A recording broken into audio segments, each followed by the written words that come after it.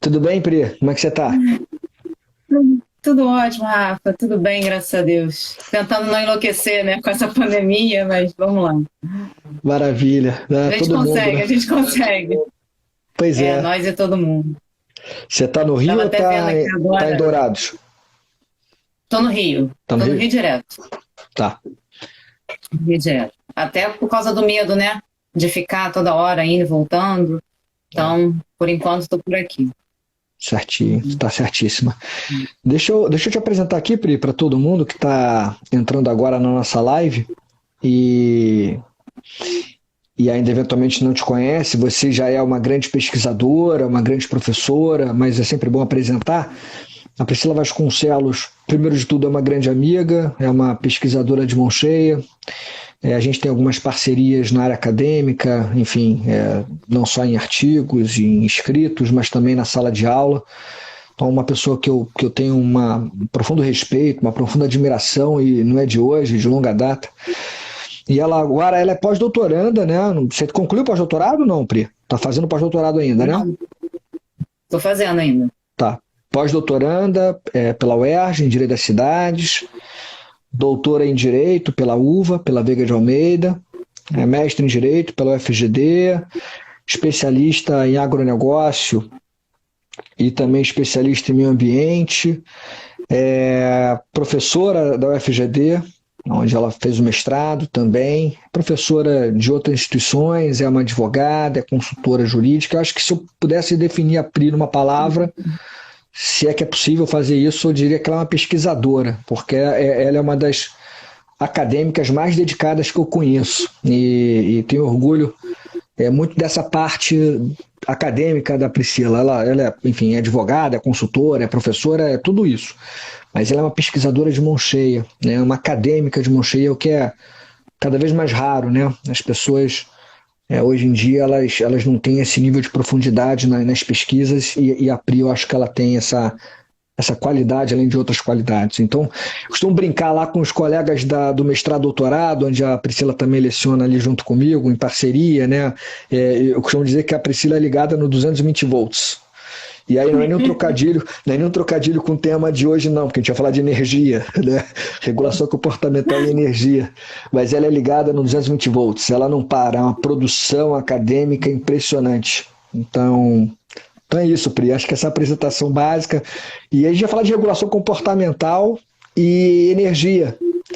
Acho que tem tudo a ver, né? A gente não tem como pensar em matriz energética, energias renováveis, se a gente não pensar no papel do Estado. O Estado ele tem um papel importantíssimo nesse cenário de políticas públicas na área de energia, de induzir comportamentos dos atores econômicos, dos atores privados, eventualmente atuar de uma maneira mais impositiva, dependendo do risco que se tenha, o dano ambiental, enfim, ora atuando de uma maneira mais fomentadora, ora numa atuação reguladora, ora numa atuação mais impositiva ou sancionatória. O fato é que o Estado ele tem o seu papel fundamental no campo da energia. A gente vai falar um pouquinho sobre isso, né, Pri? Deixa para você fazer as considerações iniciais, se quiser já começar a falar de algum tópico específico sobre esse assunto da regulação comportamental e a energia e o meio ambiente de um modo geral, né? Tá ótimo. Primeiro agradecer, né, Rafa, pelo convite. Você é um amigo muito querido. Você falou isso tudo aí de mim, mas eu falo que eu tive bons espelhos e você foi um deles, né? Eu fui sua aluna na época que estudava para concurso, fui sua aluna no doutorado.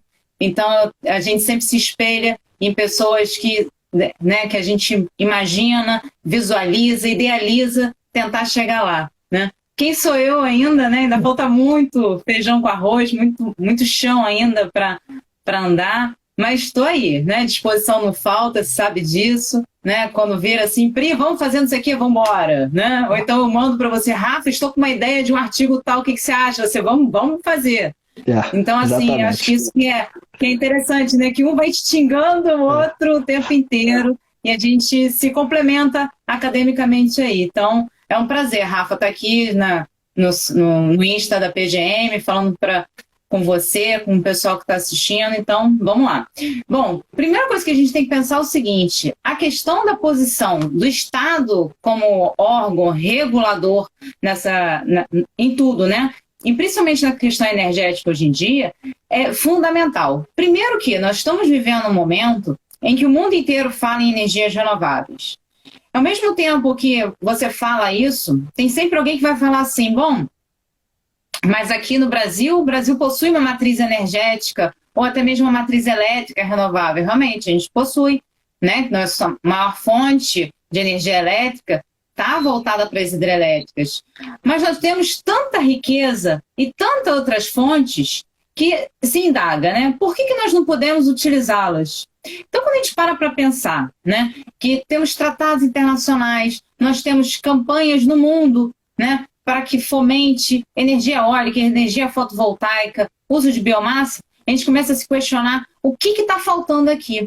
E é engraçado, Rafa, você sabe disso muito mais do que eu, que desde 95, né, quando foi criada, quando foi editada a 9.074, que criou o Proinfa, né, mostrando que a possibilidade do produtor independente, do produtor autônomo de energia, onde a gente não ficaria só preso àquelas concessionárias, que muita gente ainda hoje, né, ano de 2021, ainda acha que assim, mas como é que eu vou gerar energia se eu tenho a concessionária? Quer dizer, algo tão prático ali, né? Vou lá contratar com a concessionária, ela vai me dar a energia mediante pagamento, né? Ela vai me fornecer essa energia. Por que eu vou me preocupar com isso, né? Quando, na verdade, a gente tem outras opções que a gente também pode utilizar. Então, eu acho que esse bate-papo aqui é mais para a gente deixar transparecer e deixar essa informação que existem outras formas e que o Estado está atuando ali o tempo inteiro. E como você mesmo falou, de uma forma, às vezes, um pouco mais ativa, né? Porque ele está intervindo na parte econômica, ele é o interventor e ele precisa fazer isso, e de outras vezes, um pouco mais, não vou dizer nem omissa, mas um pouco mais restrita, um pouco mais cautelosa, né? Então, eu acho que por isso esse tema é tão relevante, ainda mais neste momento que a gente está vivendo hoje, né? Você vê que hoje, Rafa, a gente pega dados e que no mundo inteiro, nesse período todo aí de pandemia e tudo, houve um aumento das outras fontes renováveis. Quer dizer, o consumo de energia elétrica se manteve, muita gente achou que fosse cair porque as pessoas estão em home office, mas isso não abalou em nada, pelo contrário, mas você teve um estímulo às fotovoltaicas e eólicas, que hoje já corresponde no mundo todo a 80% da produção de energia, ou seja, é um volume muito grande. E a gente ainda está com essa ideia, né? Ainda está falando de energia hidrelétrica, às vezes de energia nuclear, que isso foi falado há 2 anos atrás, mais ou menos, né? De tentar voltar a investir em energia nuclear, quando tem outras que o impacto ambiental é muito menor e que a gente pode utilizar. Nós somos um país de dimensões continentais, nós temos o segundo melhor vento do mundo, né? Empresas multinacionais vêm para cá para investir, vêm para cá para fazer parques eólicos até offshore, vêm para cá para instalar fazendas solares offshore, que agora já está se falando nisso também. Então, por que a gente fica tão limitado ali? Então, acho que isso que é interessante a gente saber, né? Para poder ter esse debate, né? Essa noção do que está acontecendo. Eu acho que você tocou em 2 pontos importantes, Pri, que eu queria ouvir um pouquinho mais. A questão dos prosumers, né, que são produtores e consumidores ao mesmo tempo, a figura do autoprodutor de energia, por exemplo, que ainda é muito, parece, na minha concepção, assim, sem dados concretos, parece embrionária ainda, parece ainda pouco explorada, mas poderia ser melhor explorada no Brasil. Então, o que você falou, as pessoas às vezes ficam com essa ideia, às vezes o mito de que, olha, só posso ter energia se eu fizer um contrato com uma concessionária. A gente já tem hoje mecanismos, né, de produção de energia solar, sei lá, ou alguma outra fonte, em uma autoprodução para o autoconsumo, e o excedente você até pode comercializar junto com empresas. Isso ainda é muito caro, Pri. Qual é o maior entrave para se fazer uma autoprodução de energia? E esse é o primeiro ponto. O segundo ponto que você tocou, que aí realmente acho que tem sempre essa dúvida, quais são os fatores que impedem, por exemplo, no Brasil, de se ter o maior incentivo para energias renováveis, né? E você tirar um pouquinho o foco da energia fóssil, sei lá, de combustível fóssil, coisa que o valha, produção de energia renovável. Falta incentivo tributário, incentivo fiscal, falta informação, falta um ambiente melhor de negócios no Brasil, porque isso impacta em todos os setores, inclusive no setor de energia. Enfim, que na sua visão, né, são duas questões, né? O que a gente pode fazer, o que o Estado poderia fazer, algumas propostas para se fazer mais autoprodução, incentivar o autoprodutor, especialmente o pequeno e médio autoprodutor, o residencial, por exemplo, e pequeno comércio, não só as grandes indústrias. E o segundo ponto é de maneira mais macro, o que o Brasil poderia fazer, o Estado poderia fazer para incentivar ainda mais a produção de energia renovável? Com relação ao autoprodutor, autoconsumidor, que a gente chama de prosumer, né? É interessante porque, assim, muitas pessoas, elas não sabem como é que isso pode acontecer, né? Elas ficam perguntando, mas eu não moro em casa, eu moro em prédio, como é que eu vou fazer? Bom, primeira coisa que tem que saber é o seguinte, até um tempo atrás, realmente faltava essa informação. As pessoas achavam que era muito caro. Porque a primeira coisa que você tem que fazer é o seguinte, procurar uma empresa e verificar a questão do valor, quanto que ela vai ter que investir e como é que isso vai ser feito, como é que ela vai poder fazer isso a longo tempo. Então, às vezes, você investe um valor e um ano você tem já o retorno. Tá? Isso é mais direto, até com a empresa você consegue fazer isso. Mas a energia fotovoltaica, ou melhor, né, como as pessoas chamam de energia solar, ela é muito mais simples do que se imagina. Hoje em dia, nós temos várias facilidades, inclusive. Em 2018, o BNDES, 2018 não, 2019, o BNDES lançou uma campanha, né, inclusive, para facilitar financiamento para energias fotovoltaicas. Então, aquela pessoa, né, que quisesse tentar um financiamento com juros mais baixos, né, poderia procurar o BNDES, que conseguiria. Rafa, o sucesso foi tão grande que uma semana todo o valor que eles tinham destinado, todo aquele montante destinado para esses financiamentos, simplesmente esgotou. Você vê como é que falta informação. Então, quando o BNDES faz isso, as instituições privadas elas vêm e começam a fazer também. Então, hoje você tem programas de incentivo dentro das próprias instituições bancárias, tá? Com taxas de juros mais baixas, para facilitar esse acesso. Isso é muito vantajoso, porque você consegue produzir sua energia, né, sem problema nenhum. Você tem o menor impacto ambiental, isso é lógico, né? Você não precisa ficar preso à concessionária, é uma das grandes dúvidas que se tem, né? Que até o consumidor ele tem essa liberdade de contratar, ele não precisa contratar apenas com a concessionária não possui o monopólio da energia, ela apenas é um facilitador.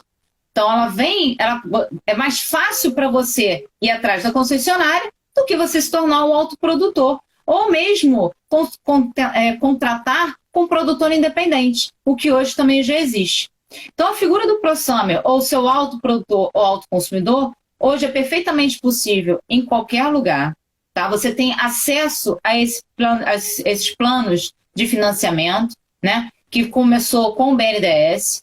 O Estado ele pode vir a estimular mais isso, até mesmo pelas questões tributárias. E nisso, Rafa, a gente começa a discutir até mesmo a PL de 2019, né, que vai ser até o marco legal de energia. Então, quando a gente fala até mesmo do micro e do mini gerador, a gente remete esse marco legal que está para ser votado. Então, isso tudo vai ser facilitado. Por quê? Através desse marco legal, vão ter subsídios para esses geradores. Então, vai ser algo que vai ser muito positivo, entendeu? E com relação à participação do Estado, hoje a gente já consegue ver, né, que alguns estados fazem a compensação, como, por exemplo, o estado do Rio de Janeiro, ele já trabalha com essa compensação de energia. Então, aquele produtor que possui mesmo, né, com o seu CPF, ele possui 2 unidades, 3 unidades, dependendo da distância, ele consegue utilizar a energia.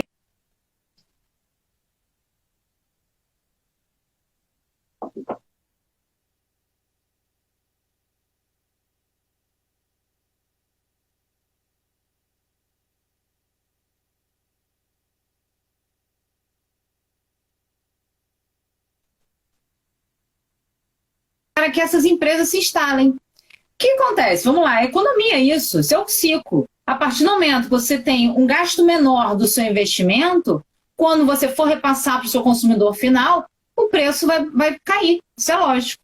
Então o Estado ele pode atuar nessa área, né? A questão de incentivos tributários, eu acho que é uma forma muito importante, né? E muito poderosa que o Estado tem, porque ele vai fomentar isso, ele vai fazer até com que a economia circule dentro de uma determinada cidade, determinado estado. Isso é muito importante, porque ele vai fazer uma geração de emprego, ele vai fazer com que outras empresas venham para ali. Então, ele vai estimular o investimento no próprio local. Isso a gente já consegue ver. Mas ainda está bem assim, a gente consegue visualizar, mas ainda é bem... você vê um aqui, outro ali, você não vê tanto como deveria ser, né? Tanto que você vê hoje, e ainda falo mais, Rafa, tem gente hoje que está investindo nessa parte de fazendas solares, né? E que está querendo, entra com uma solicitação junto ao município, junto ao Estado, para tentar algum benefício fiscal pelo benefício mesmo que está se produzindo. Então, ela tem uma área muito grande, ela tem dinheiro para fazer uma fazenda solar, que a pessoa pode ir lá e comprar determinadas cotas, né? Ela compra uma determinada potência de energia, né? Que são essas cotas, e ela que fica assim, olha, já que eu estou instalando aqui, eu estou trazendo esse benefício para o município, o que eu posso ter em troca? Né? Então tá aí, é uma forma do Estado regulador vir atuar, né? Vir atuar dessa forma de incentivos tributários, né? Até outros incentivos também. Alguns benefícios, né, que podem ser concedidos. Não, excelente, eu acho que é isso. Você falou de benefício tributário, falou também de benefício creditício, né? O BNDES fazendo linhas de financiamento com juros baixos. Acho que são dois caminhos aí de fomento creditício e tributário importantes para viabilizar esse aumento da produção de energia renovável. O que a gente tem em algumas cidades, né, Pri, fora do Brasil, acho que Londres já adota, nos Estados Unidos também algumas cidades, pedágio urbano, por exemplo, então para alguns centros urbanos você diminuir a circulação de carros e a poluição, e no campo de algum incentivo para geração de energia digamos, renovável não ligada a combustível fóssil, em alguns lugares da Europa, por exemplo, algumas áreas públicas são destinadas exclusivamente para estacionamento de veículo elétrico. Você já tem equipamentos urbanos que podem abastecer com energia alguns carros elétricos, porque um problema de você trazer os carros elétricos é que você precisa de estrutura, né? Porque, assim, pôr de gasolina a gente já tem uns montes, né? Então você precisa abastecer com gasolina, álcool, combustíveis tradicionais, você encontra os postos, mas hoje, com a produção crescendo de carros elétricos, já tem montadoras dizendo que a partir de 2020 e pouco já não vão mais produzir, né, carros com combustíveis fósseis. A França já falou que a partir de 2030 ela não vai mais produzir veículos com combustíveis fósseis. A Alemanha já falou também. Então, ou seja, a Europa inteira ela já está se mobilizando para mudar esse conceito. E hoje, quando você vai comprar um carro elétrico lá, você tem as três opções, né, ainda. Você tem carro a combustível fóssil, você tem carro híbrido e o carro elétrico. A diferença é muito pequena. Diferente da nossa realidade. Exato. Hoje, né, volta e meia sai uma reportagem falando se concedeu o benefício, né, isenção de PVA para veículos elétricos. Aí você vai lá ver o valor. Um veículo tido como popular custa 150, 180 mil reais. Não sei aonde que é popular isso, né? Não tem como. Quer dizer, é totalmente fora da realidade. E você falou num problema muito, muito sério. Aqui a gente não tem lugares para você fazer o abastecimento. Na Europa inteira você tem isso. Você tem em todas as cidades, das menores às maiores. Nas maiores você tem assim, parques que você consegue estacionar. Se você estaciona e abastece ao mesmo tempo, não tem problema nenhum. E fica ali carregando o seu carro. Aqui a gente não tem. Né? Foi construído um trecho muito pequeno entre Rio e São Paulo, na Dutra, de 100 quilômetros, em que você tem pontos de abastecimento. Mas qual é o grande problema que a gente tem ainda com relação ao veículo elétrico? É que o veículo elétrico ele não tem uma autonomia ainda muito grande. ainda. Mas já existem algumas tecnologias que estão melhorando isso. O híbrido, então, é muito pouco. O híbrido circula a cerca de 30, 40 quilômetros, então é bom só para a cidade, né? Para você poder circular dentro da cidade, né? 5 quilômetros, 10 quilômetros, você consegue ter uma autonomia. Mas para viajar você não tem. E quando você pega um valor desse para a gente, brasileiro, não tem como. E lá você consegue, né? Tanto que você, na Europa, você consegue pegar carro elétrico o tempo inteiro. Você pega táxi com carro elétrico, você pega tudo. Funciona, lá funciona. Aí você fala assim, mas eles são os maiores culpados, né? Eu já escutei isso uma vez. Mas eles são os maiores culpados, que a Revolução Industrial começou lá. Aí você tem que falar assim, olha, culpados não, porque graças a Deus que a Revolução Industrial começou, senão a gente não teria tudo que a gente tem hoje. Né? Então, assim, eles conseguem fazer, porque realmente eles se enquadraram nessa ideia da educação ambiental, da conscientização ambiental, e eles sabem que esse tipo de atitude pode vir realmente a mudar. Né? Então, você colocando veículos elétricos, você colocando painéis solares, seja na sua casa, nas escolas, nos hospitais. Tem supermercados hoje que o telhado já é todo de painel fotovoltaico. Então, isso é muito bom. Então, quando você começa a ver todos esses lugares que estão utilizando, você começa a ver que está ficando mais próximo. Então, está se tornando mais acessível. Né? Você começa a ver seu vizinho colocou, fala assim, opa, se o meu vizinho colocou, vou tentar ver, vou ver no meu condomínio. Meu condomínio aqui no Rio de Janeiro é um que está vendo para colocar placa fotovoltaica. Você é síndica? Você é síndica, Pri? Você é síndica do condomínio ou não? Não. Não, no máximo, assim, me pergunta alguma coisa dessa parte, eu até respondo, mas não, síndica não. Síndica não. Deus me livre, né? Deixa eu te falar, não, Pri. já tem muita coisa para fazer. Pois é, não, já arrumou mais uma tarefa, não é possível. Não, pelo amor de Deus, tá bom. Outro dia eu vi uma reportagem, isso já faz tempo isso, de uma universidade pública, acho que é uma universidade pública, posso estar enganado, enfim. O fato é que é uma universidade que tem um estacionamento muito grande para veículos e ficava o estacionamento no sol. Então os veículos ficavam no sol, você entrava no veículo muito quente, não era uma coisa agradável, a questão do conforto, o carro ficava muito quente, o sol vai deteriorando, né, a pintura do veículo, então não era adequado. O que eles fizeram? Olha, já que não vamos fazer aqui uma cobertura para que os veículos fiquem na sombra. E isso vai ter um custo, né, fazer essas coberturas. Né? E o que a gente pode fazer, então? Eles tiveram a ideia de botar placas solares como cobertura. Né? Então, ao mesmo tempo... Então tem que ter isso? A dupla função. Na UFRJ. Foi na UFRJ. Na UFGD tem. Foi isso. Na UFGD, em Dourados tem. Eu acho assim, uma solução que, falando, é simples, né?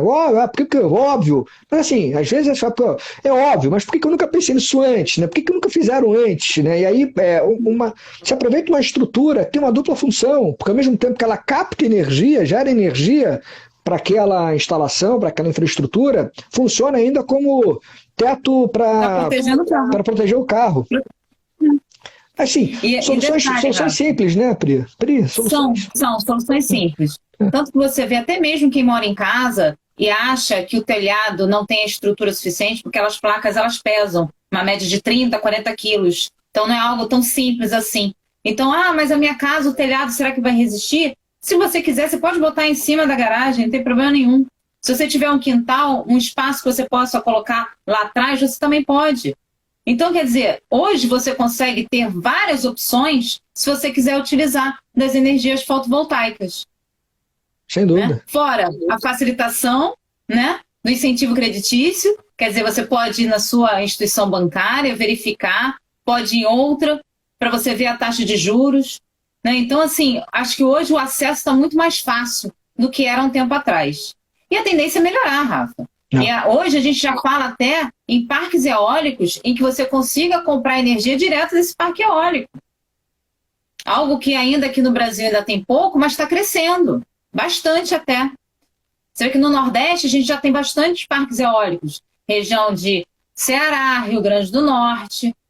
Imagina, lá você tem muito vento, todo o Nordeste, você pode aproveitar aquilo dali. Lá em Dourados, na UFGD, você tem as placas fotovoltaicas. Não só você tem no espaço do campus as placas, mas você também tem em cima do estacionamento. Legal. Então, quer dizer, dá para a universidade também se tornar uma universidade sustentável. Isso tudo vai contabilizar para o futuro. Sem dúvida. Né? Que tem gente que fala assim, mas eu vou investir muito agora, e aí depois, assim, gente, olha só, você está investindo agora pensando no amanhã. Então, é algo que você fazendo isso, o que vai acontecer? Você reduz o seu consumo, reduz o seu gasto final. Né? E nisso até você vê algumas faculdades, eu acho que a UFSC faz isso, não tenho certeza, mas elas já estão adotando até telhado verde, Rafa, para diminuir a temperatura. Ou seja, a época de verão, você diminui a temperatura, você tem uma redução do custo de energia. Os prédios inteligentes hoje todos fazem isso. Você tem telhado verde, você tem placas fotovoltaicas, até janelas, né? Com as fotovoltaicas. Então você vê que mundo... Em São Paulo você tem isso muito fácil. Aqui no Rio eu não conheço nenhum prédio. Deve ter, mas eu não conheço. Em São Paulo eu sei que tem. Isso eu tenho certeza. E você consegue captar tanta energia pelas janelas que até mesmo você suporta os elevadores. Quer dizer, aquele sonho de consumo, né? Você produz energia, ninguém vai ficar mais preso no elevador. Pode faltar luz, não tem problema. Né? Que você vai ter energia suficiente ali, porque você está gerando a energia. Isso é muito bom. É muito bom isso, né? E esse papel do Estado, que a gente tem falado muito, né? O Estado como regulador da atividade econômica, dos serviços prestados na sociedade, no mercado, o Estado tem esse papel de regulador, não no sentido da regulação vista como imposição de vontade ou como uma substituição de vontade dos indivíduos ou do mercado pela vontade do Estado, até porque muitas vezes as empresas têm soluções, tecnologias novas, etc., que o Estado ele próprio não conhece. Existe essa assimetria de informações, inclusive, entre o Estado o regulador e o agente regulado. Mas eu acho que cada vez mais, não sei o que se pensa, a gente já escreveu um pouquinho sobre isso, então tem alguma ideia, mas cada vez mais o Estado tem atuado naquela visão de regulação comportamental, ou seja, o Estado ele não quer, como regra, substituir necessariamente a vontade do indivíduo, ele não quer tomar a decisão pelo mercado, mas ele quer induzir comportamentos na medida em que ele vai, obviamente, tomando pé de algumas informações, de algumas questões e verifica lá que algumas condutas seriam melhor para o meio ambiente, por exemplo, para a geração de energia renovável, outros caminhos seriam barreiras. Então, ele vai induzir o comportamento. Olha, eu não estou proibindo que você, por exemplo, fabrique carro com combustível fóssil. Eu não vou proibir. Posso até proibir, alguns, como você falou, alguns países já estão fazendo uma transição mais clara. Mas mesmo que ele não proíba uma conduta, mesmo que ele não proíba o combustível fóssil, ele pode induzir o comportamento de produção cada vez maior de consumo de carros com energia elétrica, por exemplo, com movidos a eletricidade ou qualquer outra forma de energia que venha a ser trazida, porque ele deixa a opção para o mercado, ele deixa a opção para o consumidor, mas ele cria incentivo, seja incentivo creditício, seja incentivo através de acessos prioritários ou exclusivos em áreas públicas apenas para aqueles tipos de veículos ou outras técnicas que eu não tenho aqui criatividade para imaginar nessa live, mas enfim, o Estado ele vai induzindo comportamentos. Eu acho que essa ideia, Pri, de regulação comportamental e que no final das contas acaba misturando um pouquinho de regulação e fomento, porque o Estado fica incentivando condutas, vem muito à tona agora, até por conta do Prêmio Nobel de Economia que foi dado ao Richard Thaler, que fala muito de economia comportamental, tem vários livros traduzidos para o português, inclusive, para quem tiver interesse. Escreve muito com Kai Susten, que é um dos maiores autores de regulação, é um professor norte-americano muito renomado no tema da regulação. Então, acho que esse papel do Estado como indutor de comportamentos, como um regulador comportamental, sem substituir a decisão para ser tomada pelos indivíduos, eu acho que é importante para que essas energias renováveis se intensifiquem cada vez mais. Porque a gente está falando aqui de alguns exemplos interessantes, de algumas condutas já do Estado que, como você disse, já mostraram resultados positivos. Você falou do BNDES, a lei de financiamento de esgotou rápido lá. E outras medidas poderiam ser adotadas. O que não falta aí é campo. O campo é fértil, né, para o Estado induzir, né? Não, e outra coisa, hoje a gente só fala em economia comportamental e economia circular, o tempo inteiro. Então o Estado, ele na função dele, ele tem que se utilizar disso, né? Se já que, através do comportamento, você consegue criar políticas públicas que incentive essa parte, tem que criar. Então a economia comportamental e a economia circular é a base da nossa economia agora, no mundo inteiro. A gente só fala nisso, né? Então a conscientização, você vê qualquer conduta hoje, ela é levada muito mais a sério. O que você vai fazer, deixar de fazer, aquilo que está, né, que a gente conversa quando a gente fala dos nudges, né? Está no seu subconsciente. Então você fica pensando naquilo, mas você começa a ver, poxa, mas você tem uma política pública que vai me incentivar a tomar essa decisão, por que eu não vou? Então a tomada de decisão ela está totalmente ligada à economia comportamental e à economia circular também. E eu falo, quando eu falo economia circular, eu falo lá dos 5 R's, né? Então isso aí é do reutilizar, reciclar, readaptar, reeducar.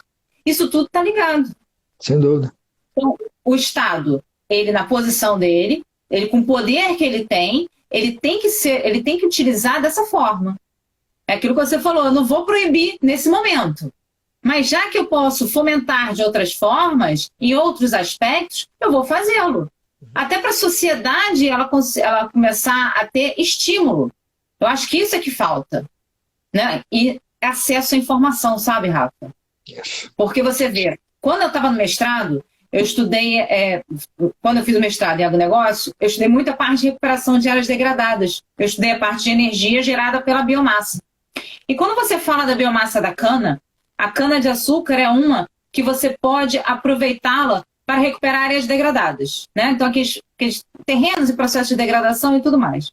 Eu comecei a pesquisar, porque eu falei assim, poxa, não é possível. Um Estado, um país cujo setor do agronegócio é o setor basilar da economia, como é que isso não é feito? Não sei o quê. Rafael, a quantidade de projetos que existem, de programas que existem há mais de 20 anos, que é justamente de recuperação de áreas, seja com cana-de-açúcar, seja com outras culturas, é uma coisa absurda. Mas as pessoas não têm acesso. Não tem.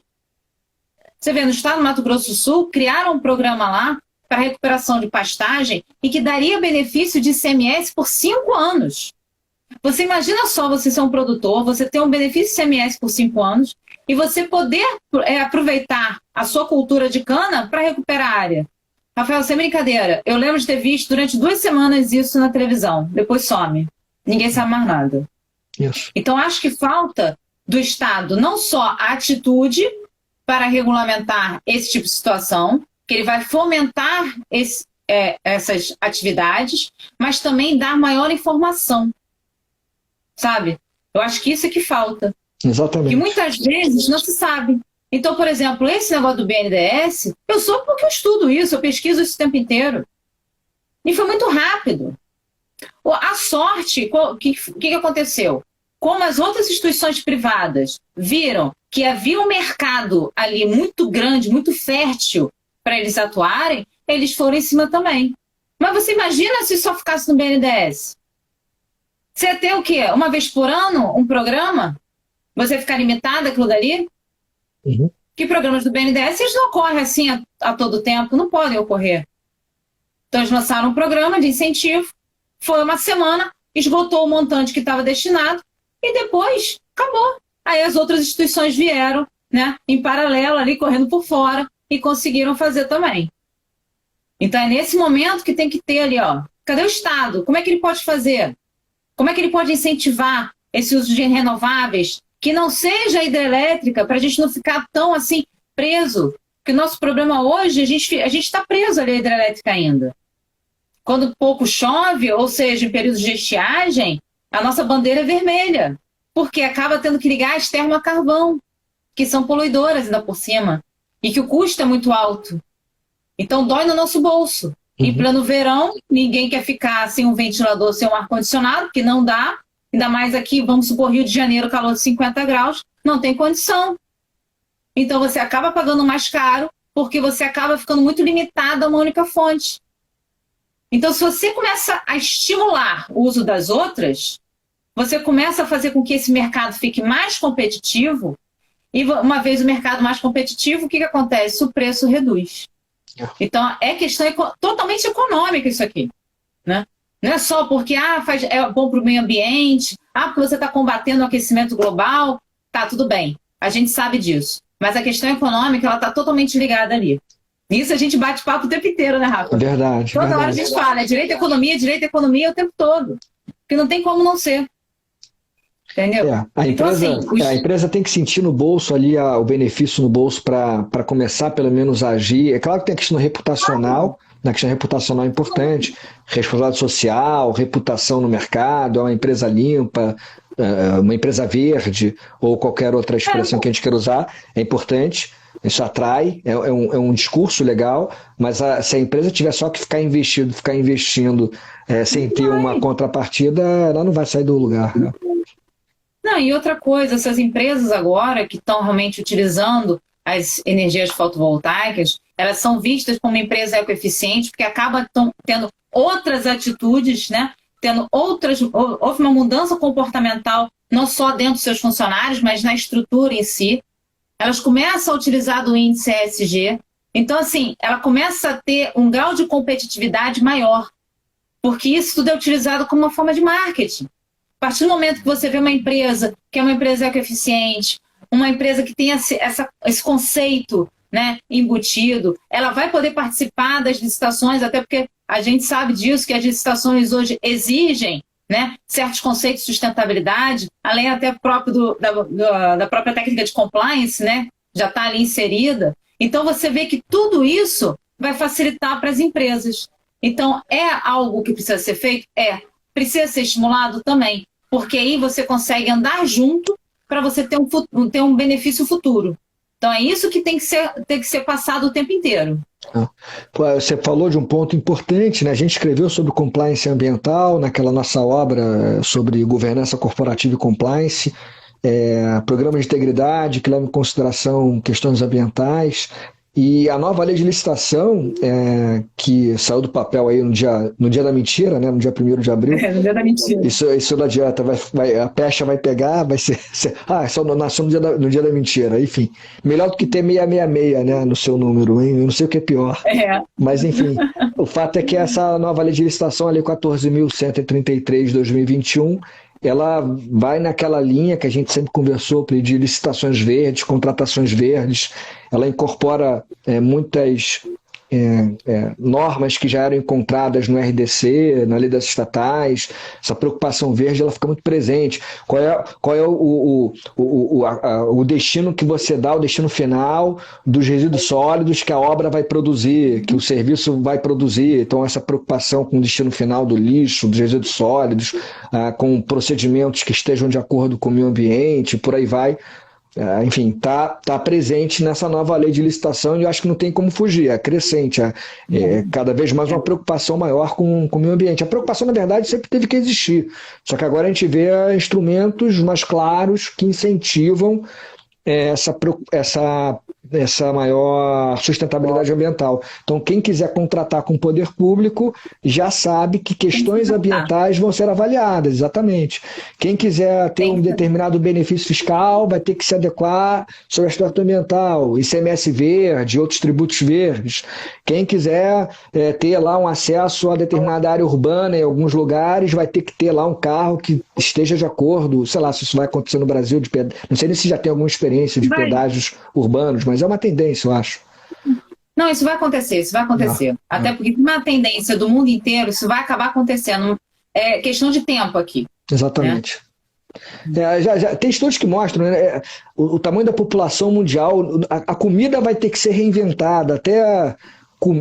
Outro dia eu vi lá, acho que na Califórnia já tem, em alguns outros lugares, acho que no Brasil já está também comercializando hambúrguer de mentira, que não é de carne de vaca, hambúrguer, sei lá de onde, como é que é feito o negócio. A comida está sendo reinventada. Até comida. Mas na verdade o que está sendo estimulado muito agora são as urban farms, né? Então, assim, você diminui o espaço, às vezes até mesmo num galpão, num prédio, você consegue ter uma produtividade muito alta. Então, assim, você vai conseguir suprir essa necessidade. Porque hoje o desperdício de alimentos é muito maior. Hoje o que a gente consome, na verdade, o que a gente produz, daria para alimentar 3 vezes a população mundial. 3 ou 4 vezes. Mas o desperdício ainda é muito grande. Entendi. Então você vê que o problema não é na produção, é no desperdício. Não mexendo no consumo. Por isso que é importante a questão da Política Nacional de Resíduo Sólido, da aplicabilidade dela, da efetividade da política. Por isso que ela está ali. E todo mundo passou a Páscoa estudando, né, a nova lei de licitação. Né? Por isso que achei importantíssimo ter colocado isso. Até para poder ter a empresa se adaptar, né, para poder participar de uma contratação com o poder público. Sim. E a partir do momento que uma empresa está se adaptando, aquele seu funcionário já começa a levar esse conceito para sua casa, leva para sua esposa, seu marido, seus filhos, e você vai passando. Porque é assim que funciona. Né? É a questão do espelho, né? Você vai vendo o que o outro está fazendo, fala assim, opa, eu vou fazer também, e tudo mais. E assim. Porque já que não existe uma forma de você ter a educação ambiental, né? Não adianta só você ensinar, é você mostrar para os outros a forma correta de se fazer. Então, vai se fazendo. Eu acho que é uma questão agora de tempo, sabe, Rafa? Eu sou aquela que é sempre otimista, né? A pesquisadora otimista, eu acho que as coisas vão acontecer, eu acho que estão acontecendo, aos pouquinhos, né? É aquele andarzinho meio formiga, mas assim, aos pouquinhos a gente vai conseguir. É bem devagar, mas eu acho que já está melhorando. Né? Hoje a gente já vê uma discussão sobre essa PL do marco legal da energia já mais atenada. Você vê que as associações já estão mais em cima. Então, vamos ver o que vai acontecer aí. E aguardar, né? Guardar com muita esperança. Eu acho que tem que ser otimista também. Concordo com você, Pri. Visão otimista sempre. Copo meio cheio. Pri, a gente chegou aqui na parte final. Eu queria finalizar aqui a nossa live. Foi um papo rápido e muito agradável, como sempre. Apesar de ser virtual, né? É sempre bom o encontro presencial, que a gente troca ideia, conversa, aí tem os nossos alunos e alunas ali do nosso lado. Mas eu queria agradecer, foi muito legal falar sobre esse tema, um tema que para mim tem que ser cada vez mais estudado e divulgado. A gente falou muito assim nessa questão, essa tecla da informação, às vezes falta informação. Eu acho que a gente tem que incentivar esses debates. Eu acho que você hoje é uma referência no âmbito do direito ambiental, na questão do agronegócio, da energia, você tem uma vivência teórica e tem também uma vivência prática, conhece muito a teoria e a prática, então acho que essa sua visão que se apresenta aqui na live hoje foi muito, muito positiva. Então queria agradecer por deixar as portas abertas para outras lives, né? Eventualmente alguma outra proposta que a gente possa apresentar aí para a comunidade jurídica, enfim, de seminários, congressos relacionados à energia e direito ambiental. Vambora. Rafa, é sempre um prazer, né, meu amigo? Foi super prazeroso, né? Então, a Paulinha, que estudou junto comigo, com você, ideias inovadoras, isso aí, obrigada, Paulinha. Paula, obrigado. Então, estou sempre à disposição, você sabe disso, quando você quiser, vamos bater um papo, fazer um seminário, fazer o que for, uma palestra, um bate-papo, porque eu acho que a nossa missão como profissionais, como pesquisadores, é essa, né? Levar a informação de uma forma simples, né? Não adianta a gente falar termos técnicos aqui, porque eu acho que o ideal é você falar de uma forma bem simplista para atingir o maior número de pessoas, e nisso você sabe muito bem, eu estou aprendendo, mas é sempre assim. Então, estou sempre aqui à disposição, meu amigo. Foi um prazer e uma honra participar aqui contigo. Obrigado, Pri. Foi uma honra para a gente também. A Procuradoria agradece. Como diretor do Centro de Estudos, quero dizer que a Procuradoria está, mais uma vez, repito, de portas abertas para outros eventos, lives, seminários, e eu sei que você é muito parceira e muito estudiosa e toparia aí fazer, enfim, novos projetos junto com a Procuradoria. Agradecer também a todos e a todas que participaram da live, que assistiram, e àqueles que vão assistir, porque essa live, como todas as demais lives da Procuradoria, elas ficam lá colocadas no canal da PGM no YouTube. Então essa live com a professora Priscila vai ficar também no canal do YouTube da PGM. Então divulguem para os amigos, para as amigas, para quem quiser assistir. Fiquem à vontade para acessar o canal do YouTube também, o canal da PGM no YouTube. Então é isso, pessoal. Obrigado. Lembrando que nós temos sempre lives aqui às quartas-feiras, às 5 horas da tarde. E mais uma vez, Priscila, você foi espetacular. Muito obrigado pela live. Foi um enorme prazer, um enorme aprendizado, né, ouvir você hoje, nessa tarde, né, de quarta-feira. Muito obrigado, Pri. Tchau, tchau. Eu que agradeço, gente. Tchau, tchau. Obrigada a todos aí. Tchau, tchau.